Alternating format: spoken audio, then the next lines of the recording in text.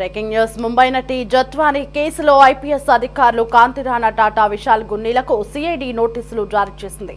ఈ కేసులో మే 5న జరిగే విచారణకు హాజరు కావాలని నోటీసులో స్పష్టం చేసింది.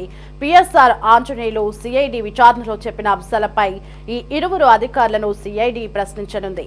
అయితే గతంలో విశాల్ గున్ని ఇచ్చిన స్టేట్మెంట్లోని అంశాలు నిజం కాదని పిఎస్ఆర్ ఆంజనేయులు చెప్పినట్లు సమాచారం.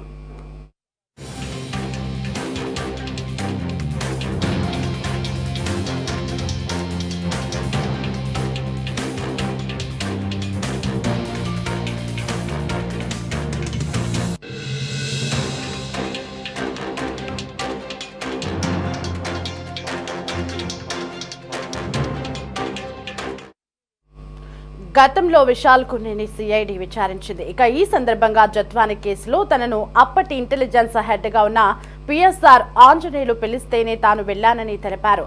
అందులో భాగంగానే నటి జత్వానిని ముంబై నుంచి అరెస్టు చేసి తీసుకురావాలనే టాస్క్ ను తనకు ఆయన అప్పగించారని చెప్పారు. మరోవైపు విశాల్ గున్నితో తాను నిఘాకు సంబంధించి అంశాలు మాత్రమే మాట్లాడి ఉంటానని సిఐడి విచారణలో పిఎస్ఆర్ ఆంజనేయులు తెలిపారు. అలాగే తాను ఈ అంశంపై కాంతి రాణాతో సైతం మాట్లాడలేదని ఈ విచారణలో అధికారుల ఎదుట స్పష్టం చేశారు.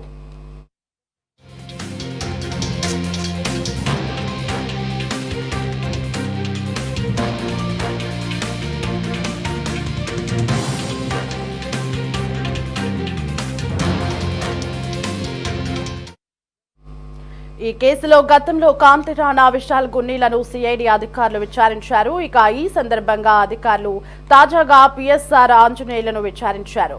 ఈ ఇద్దరు చెప్పిన సమాధానాలకు, పిఎస్ఆర్ ఆంజనేయులు చెప్పిన జవాబులకు ఎక్కడా పొంతన కుదరడం లేదని సిఐడి అధికారులు భావించారు. ఇక ఈ నేపథ్యంలో ఇరువురు అధికారులను మళ్లీ పిలిచి విచారించాలని వారు నిర్ణయించారు. దీంతో వారికి మరోసారి నోటీసులు జారీ చేశారు.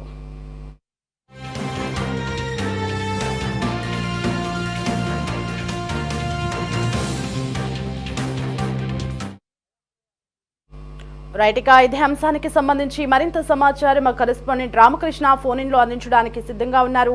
ఎస్ రామకృష్ణ, నటి కాదంబరి జత్వాని కేసులో పిఎస్ఆర్ ఆంజనేయులు చెప్పిన సమాధానాలకి పొంతం లేదని భావించిన సిఐడి అధికారులు మరోసారి కాంతి రాణా, విశాల్ గున్నీకి నోటీసులు ఇచ్చినట్లుగా తెలుస్తోంది. అప్డేట్స్ ఏంటి? దేవి, ముంబై నటి కాదంబరి జత్వాని కేసులో ఐపీఎస్ అధికారులుగా ఉన్నటువంటి కాంతి రాణా టాటా, విశాల్ గున్నీలకు సిఐడి మరోసారి నోటీసులు జారీ చేసింది. మే 5వ తారీఖున విచారణకు హాజరు కావాలని ఈ నోటీసులో స్పష్టం చేశారు. పిఎస్ఆర్ ఆంజనేయులను ఇప్పటికే సిఐడి అధికారులు విచారించారు. ఆయన నుంచి కొంత సమాచారాన్ని కూడా రాబట్టారు. అయితే గతంలో విశాల్ గున్ని ఇచ్చినటువంటి స్టేట్మెంట్ లోని అంశాలను పిఎస్ఆర్ ఆంజనేయులను ప్రశ్నించిన సందర్భంలో అవేవి కూడా నిజం కాదని పిఎస్ఆర్ ఆంజనేయులు సిఐడి అధికారులకు చెప్పినట్లు తెలుస్తా ఉంది.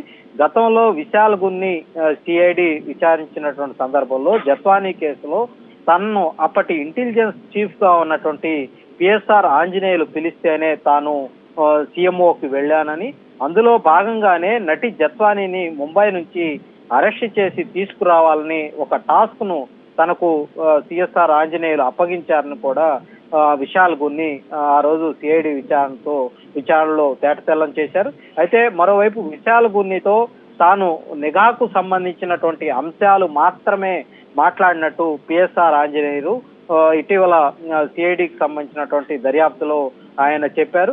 అలాగే తాను ఈ ఏదైతే సినీ నటి జత్వానికి సంబంధించినటువంటి అంశం మీద మరో ఐపీఎస్ అధికారిగా ఉన్నటువంటి కాంతి రాణా తాతాతో కూడా తాను ఎక్కడా మాట్లాడలేదని విచారణ అధికారులేట పిఎస్ఆర్ ఆంజనేయులు స్పష్టంగా చెప్పడం జరిగింది.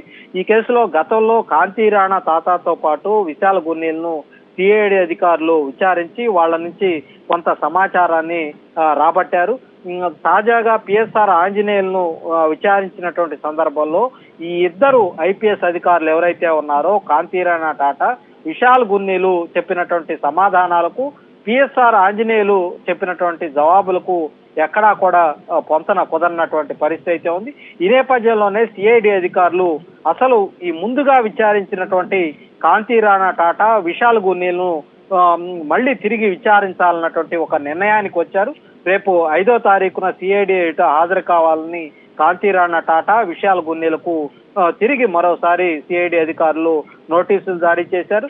వీళ్ళిద్దరూ కూడా రేపు 5వ తారీఖు హాజరైన సందర్భంలో పిఎస్ఆర్ ఆంజనేయులను విచారించిన సందర్భంలో ఆయన ఏ వివరాలు అయితే చెప్పారో ఆ వివరాలన్నింటినీ కూడా ఈ ఇద్దరు ఐపీఎస్ ముందు ఉంచబోతా ఉన్నారు.